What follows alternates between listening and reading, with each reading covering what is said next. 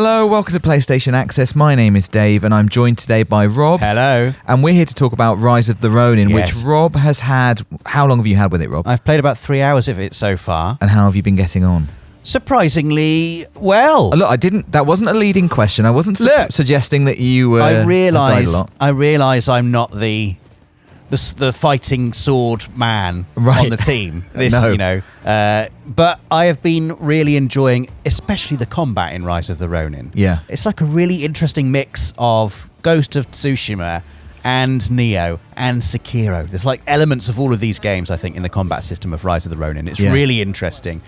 You have to be really deliberate about it, but it goes very quickly from, oh my god, how the heck am I ever supposed to beat this guy? And you'll time a parry perfectly and open him up and then just eviscerate him, and then you feel amazing very quickly. It goes from despair to elation very quickly in the combat. And I've been just really, really enjoying it. All of the different abilities you've got.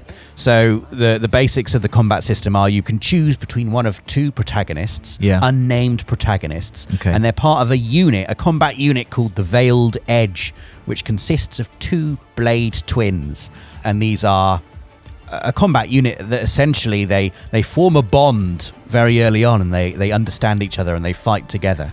And at the beginning of the story, something happens and you have to choose between one of the two blade twins, and that's where your adventure starts. But there's a really interesting mechanic whereby when you're fighting with your blade twin or when you're fighting with another guest character, you can swap between the two characters by pressing L1 and then up on the D-pad, and that just adds an extra layer of combat strategy, I think, to some of the more challenging fights in the game. So I fought a couple of sub-bosses where a really well-timed switch to the other character can really open up the boss. So if the boss is like charging up a big sword attack on the character you're controlling, you can obviously try and dodge that, or if you want to be really brave, press triangle for a counterspark, which is essentially Rise of the Ronin's parry.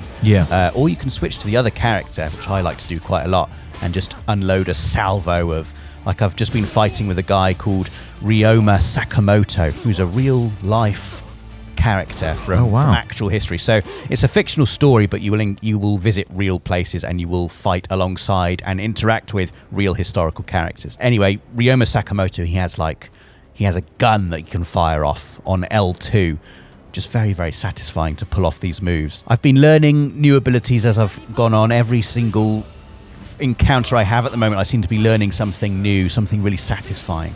And it's just great putting all of these things into practice.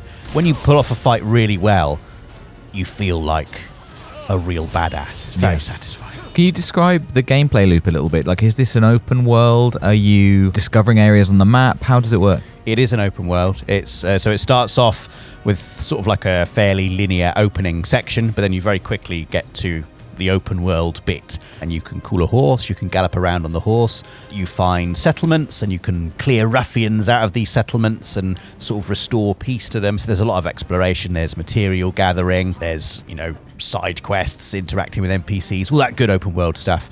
But also combat is a big part of it, so you're regularly going up in combat scenarios, and it requires sort of like a level of timing and a level of thought. You can't just button mash each combat encounter. So your goal is to break your enemy's key level, essentially. They've got like a meter where if you manage to break that down, you can then unleash a finishing attack to finish them off. And the way you do that is by dodging their attacks or by perfectly parrying or countersparking their attacks, and that leaves them open to like a really brutal finisher.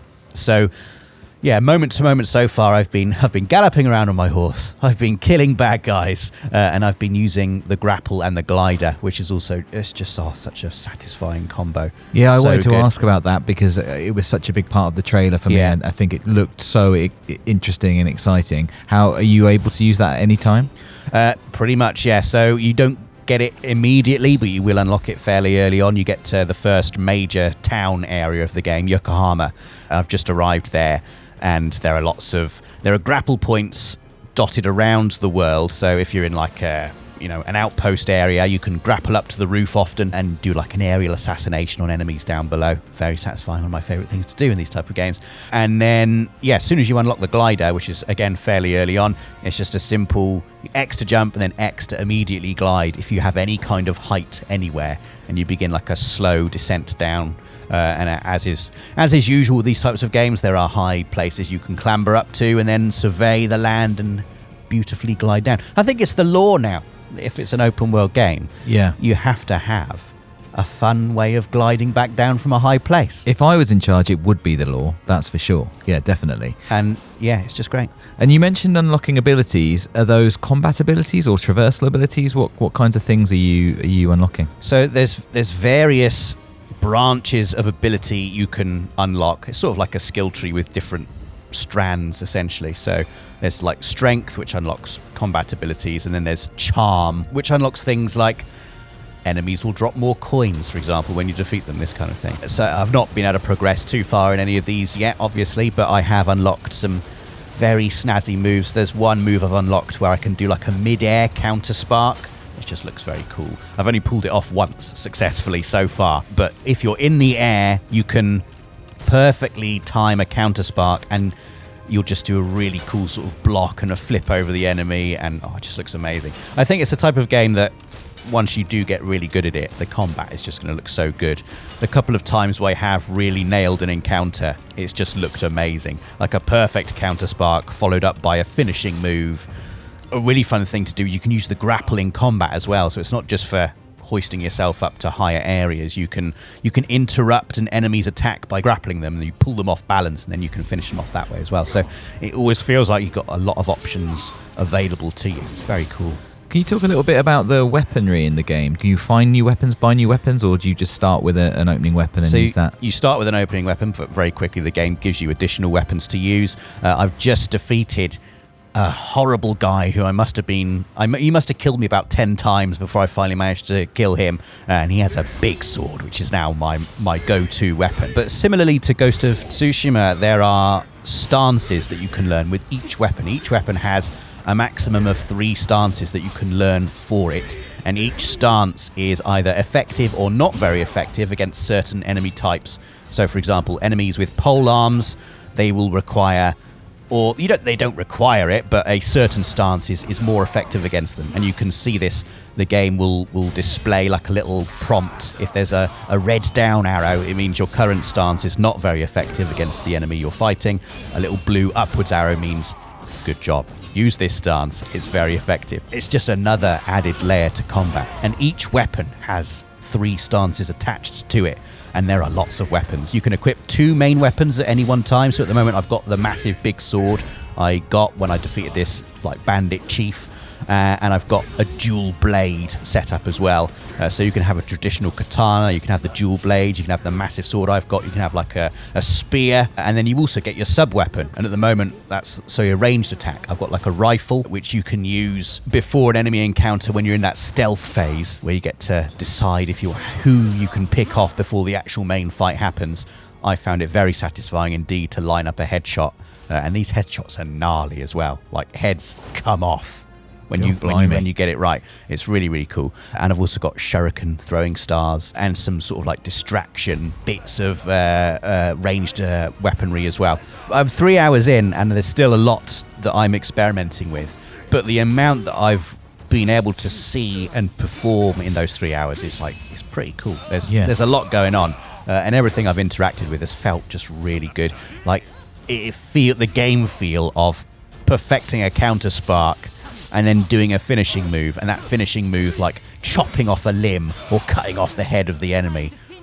Very good. Yeah, well, I'm really interested to hear your take on it, especially actually, because obviously Team Ninja, known for their difficult combat with games like Nioh, but this does feel different. And perhaps you're not known for your patience. I'm not known for my patience, no, but I have, and it's not easy. Combat is not easy. But there's such a reward to actually doing it. Like this big bandit guy who I've got the big sword off. I was like, I'm just not going to be able to beat this guy. Yeah. Just can't beat him. And then I just did. You're only ever like a shade away from getting the timing on a parry right, and that's all that it takes to turn the tide of a battle that feels like you've got absolutely no chance of winning. So all of a sudden, you're in a great place to change the momentum of it, and that's really, I think, ingeniously designed. Like, it feels on a knife edge every battle. Every battle, if you're not paying attention, you could lose to just like a regular grunt if you're being careless, and by a similar fashion manage to just do something really well against a really powerful, formidable foe, they're called, or a boss character, and you can very quickly turn the tide in your favour. I just want to lastly ask about stealth, because that was interesting to me. Like, is stealth a viable option? You know, can you take down entire encampments using just stealth? I have done that a couple of times, yeah. Very satisfying. So lots of these areas will be designed in such a way that you can grapple up onto rooftops. So if you manage to creep up right behind an enemy, there is like an instant stealth kill prompt. And you can, of course, creep up behind them and do like a very satisfying stealth takedown. But also the lore in these games is that you can do an assassination from above as well, which you can also do in Rise of the Ronin. And that was one of my favourite things to do, is getting above an enemy, pressing the triangle prompt, and watching the chaos ensue.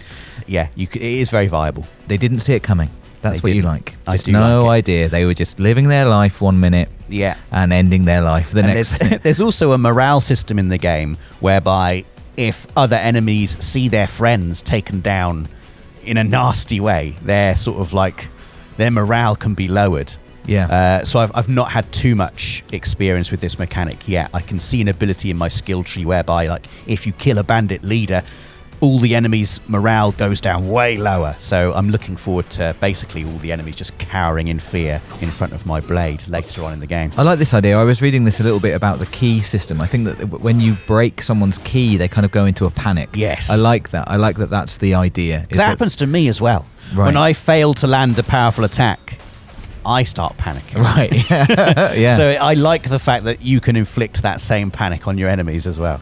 Well, Rob, thank you so much for sharing your initial thoughts on the first 3 hours you've had with Rise of the Ronin. It's a game I've been really, really excited about for a long time. As I've said at length, it deals with a kind of period of Japanese history that I think is really, really interesting. Yeah. And obviously Team Ninja are such a highly regarded developer in this area, but also, as you say, it's pulling on some slightly different kind of material with the likes of some Ghost of Tsushima influence, maybe some Sekiro influence. It's just music to my ears. I can't wait to get my hands on it. And I will be getting my hands on it on March the 22nd. It's out later this month on PS5.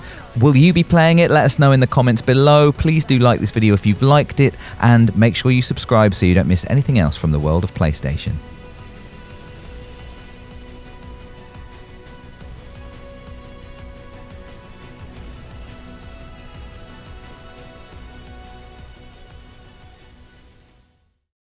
PlayStation